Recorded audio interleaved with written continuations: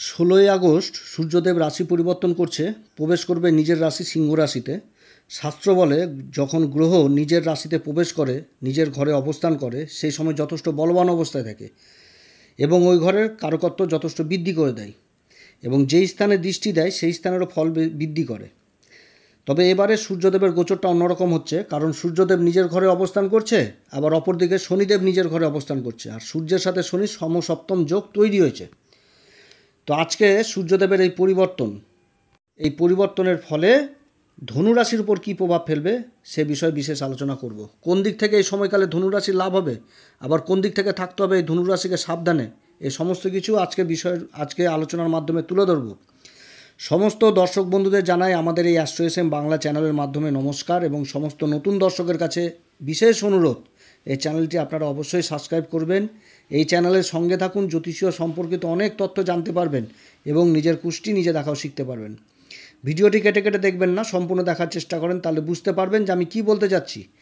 গ্রহের গোচর সম্পূর্ণভাবে নির্ভর করে জন্মকুষ্ঠির গ্রহের দশা এবং গ্রহের অবস্থানের উপর। আমরা যে ফল প্রকাশ করছি এটা আমাদের একটা প্রচেষ্টা মাত্র, এটা সম্পূর্ণভাবেই নির্ভর করবে জন্মকুষ্ঠির উপর। এটা একটা জেনারেল প্রিডিকশন। তো যাই হোক, এই সমসপ্তম যোগ তৈরি হয়েছে সূর্য আর শনির মধ্যে।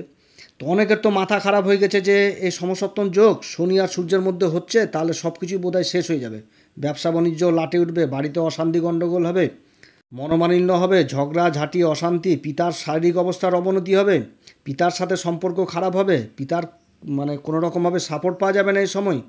তো এরকম একটা আবহাওয়া তৈরি হবে, সবাই ভাবছে। তো সত্যি কি তাই হচ্ছে, না অন্য কিছু হবে? শুধু একটা জন্মকুষ্টি কি সূর্য আর শনি দিয়ে বিচার করলে হয়ে যাবে, না অন্য গ্রহকেও তুলে ধরতে হবে? সূর্যের সামনে বসেছে এটা ঠিক, তো সূর্য আর শনিকে দিয়ে তো সমস্ত কুষ্টিটা বিচার হয় না। বর্তমানে যাদের সূর্যের দশা কিংবা সূর্যের অন্তর্দশা চলছে তাদের জন্য আজকের আলোচনাটা প্রচণ্ড গুরুত্বপূর্ণ হতে যাচ্ছে, এবং এই আলোচনার মাধ্যমে আমি কিছু কিছু লজিক্যাল কথা তুলে ধরবো, যেটা হয়তো আপনারা অন্য কারোর কাছ থেকে শুনতেও পারেন, সেটা আমি বলছি না, কিন্তু আপনাদের ভালো লাগবে। সূর্যের সামনে যখন শনি অবস্থান করে তখন শনির চেষ্টা বলে বৃদ্ধি পায়, আর বর্তমানে শনি বক্রী অবস্থায় রয়েছে, তার তো চেষ্টা বলে বৃদ্ধি অবস্থায় রয়েছে। এবার এই দৃষ্টি পড়ার জন্য তার চেষ্টা বলে আরও বৃদ্ধি পেয়ে যাবে। আর বর্তমানে শনিদেব দেবগুরু বৃহস্পতি নক্ষত্র পূর্বা ভাদ্রপদে বক্রী অবস্থায় রয়েছে। তাহলে সবার প্রথম হচ্ছে যে শনি যথেষ্ট ভালো অবস্থায় রয়েছে দেবগুরু বৃহস্পতি নক্ষত্রে রয়েছে বলে, এবং শনিদেবের উপর সূর্যের দৃষ্টি পড়ছে, যার ফলে চেষ্টা বল বৃদ্ধি পাচ্ছে। তো ভালো অবস্থায় শনি যতই থাকুক, শনি একটা পাপ গ্রহ, নিজের পাপ প্রভাব কিছু না কিছু প্রকাশ করবেই। এটা হচ্ছে স্বভাব, মূল স্বভাব থেকে কোনো সময় সরে আসে না শনি রাহু এরা। আবার শনিকে কিন্তু রাহুও বল দিচ্ছে, রাহু শনিদেবের নক্ষত্র উত্তরা ভাদ্রপদে অবস্থান করে শনিকেও কিন্তু বল দিচ্ছে। এবারে দেবগুরু বৃহস্পতির সাথে শনির সম্পর্ক কেন্দ্রে রয়েছে, তার সাথে দেবগুরু বৃহস্পতির সাথে আবার সূর্যেরও সম্পর্ক কেন্দ্র রয়েছে। আর 26 তারিখ পর্যন্ত মঙ্গলদেব সূর্য দেবগুরু বৃহস্পতির সাথে রয়েছে, তো সূর্যের সাথে কিন্তু আবার মঙ্গলদেবেরও কেন্দ্রের সম্পর্ক রয়েছে, আর মঙ্গলের দৃষ্টি সূর্যের উপর পড়ছে। 26 তারিখের পর যখন মঙ্গল মিথুন রাশিতে প্রবেশ করবে তখন কিন্তু এই মঙ্গলের সাথে সূর্যদেবের লাভের সম্পর্ক হচ্ছে। অর্থাৎ এখানে শনির বল যেরকম বৃদ্ধি হচ্ছে, তার সাথে সূর্যদেবেরও বল বৃদ্ধি হচ্ছে। সূর্যদেবের বল বৃদ্ধি করছে কে? দেবগুরু বৃহস্পতি আর মঙ্গল। মঙ্গল হচ্ছে সেনাপতি, সেনাপতির দৃষ্টি রাজার উপর পড়ছে, তাহলে রাজা যথেষ্ট বলি অবস্থায় থাকছে, রাজা সাপোর্ট পাচ্ছে, এটাই তো বোঝা যাচ্ছে।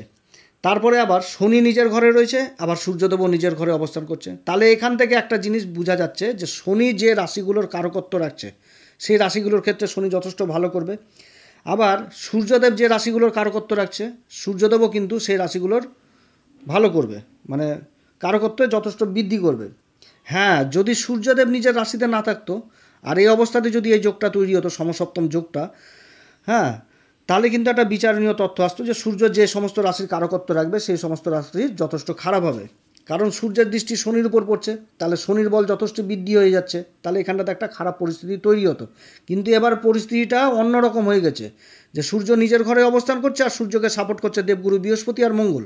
অর্থাৎ এই সময়কালে শনি যে সমস্ত রাশিগুলোর কারকত্ব রাখে ভালো করবে, তো সূর্যদেবও কিন্তু সেই সমস্ত যে সমস্ত রাশির কারকত্ব রাখছে সূর্যদেব, তাদের সেই রাশিগুলোরও কিন্তু যথেষ্ট ভালো হবে। আর কালপুরুষ চক্রের পঞ্চম ঘরটা যেই ঘরে পড়বে সেই ঘরের ফল যথেষ্ট বৃদ্ধি করে দেবে সূর্যদেব। সূর্যদেব তার এই গোচর 3টি নক্ষত্রের উপর করবে। 16ই আগস্ট থেকে 29শে আগস্ট পর্যন্ত থাকবে মঘা নক্ষত্র, যার অধিপতি কেতু। 30শে আগস্ট থেকে 12ই সেপ্টেম্বর পর্যন্ত থাকবে পূর্বা ফাল্গুনী নক্ষত্র, যার অধিপতি শুক্রদেব। এবং 13ই সেপ্টেম্বর থেকে 15ই সেপ্টেম্বর থাকবে নিজের নক্ষত্র পূর্বা ফাল্গুনীতে, উত্তরা ফাল্গুনীতে। তার সাথে আবার বুধ এই ঘরে অবস্থান করছে, আবার শুক্রদেব অবস্থান করছে। বুধ 5ই আগস্ট বকরি হয়ে যাচ্ছে এবং 24শে আগস্ট আবার শুক্রদেব রাশি পরিবর্তন করে পরবর্তী রাশিতে যাবে। আর বুধ আর সূর্যের জুতিতে তৈরি হচ্ছে শক্তিশালী বুধাদিত্য যোগ। ধনুরাশির ক্ষেত্রে সূর্যদেবের ভাগ্যের ঘরে অবস্থান, ভাগ্যের ঘরের অধিপতি হয়ে ভাগ্যের ঘরে অবস্থান করছে সূর্যদেবের।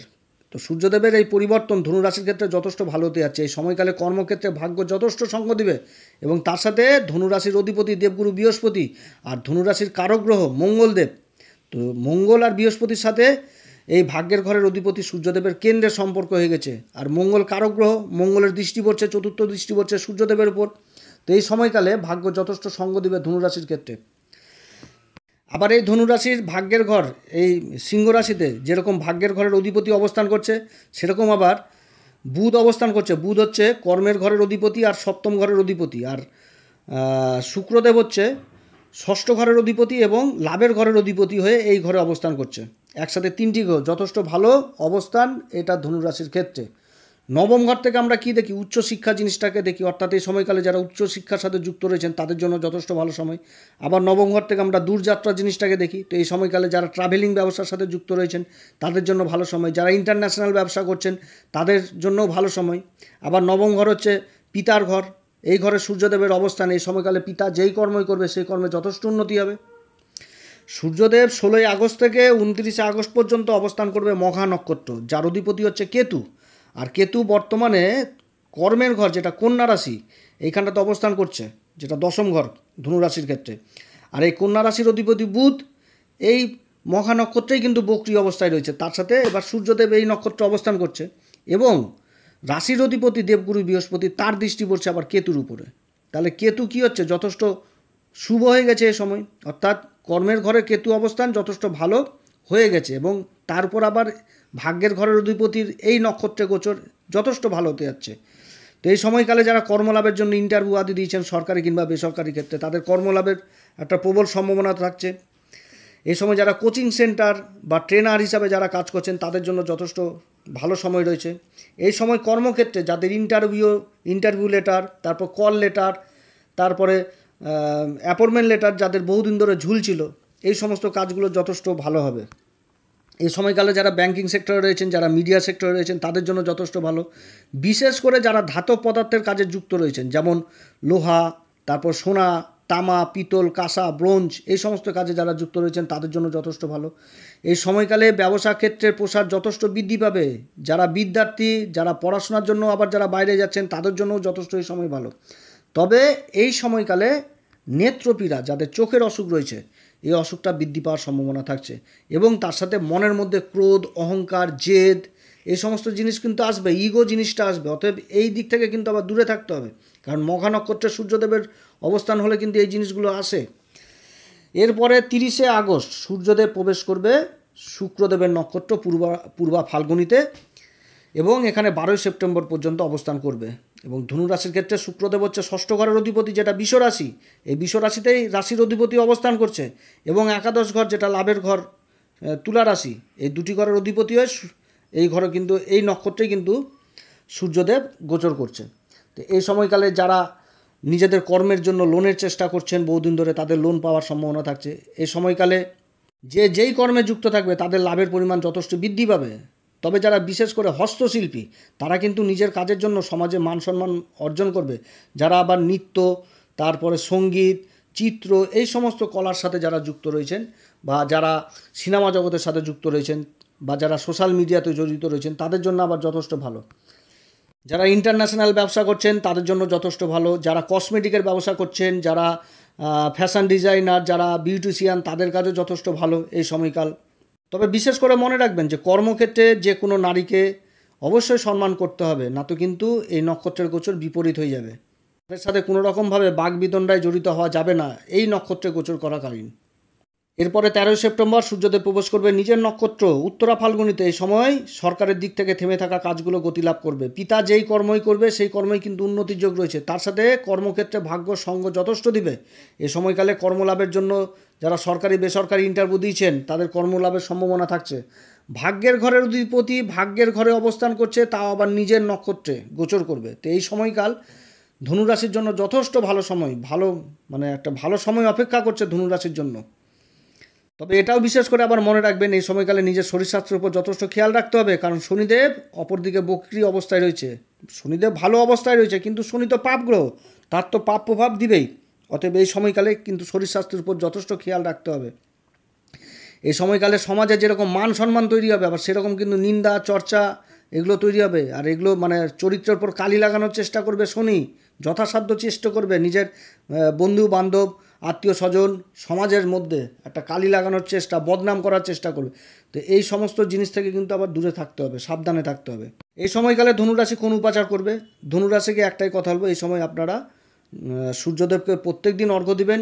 সূর্যদেবের সামনে কোনো সময় মলমূত্র ত্যাগ করবেন না, সূর্যদেবকে প্রণাম করবেন, পিতার ব্লেসিং নিয়ে বাড়ি থেকে বেরোবেন, পিতার আশীর্বাদ নিয়েই কর্মক্ষেত্রে বেরোবেন। তার সাথে প্রত্যেক দিন হনুমান চল্লিশা পাঠ করবেন। হনুমান চল্লিশা পাঠ করার আগে শ্রীরাম সীতার প্রণাম মন্ত্র অবশ্যই করবেন।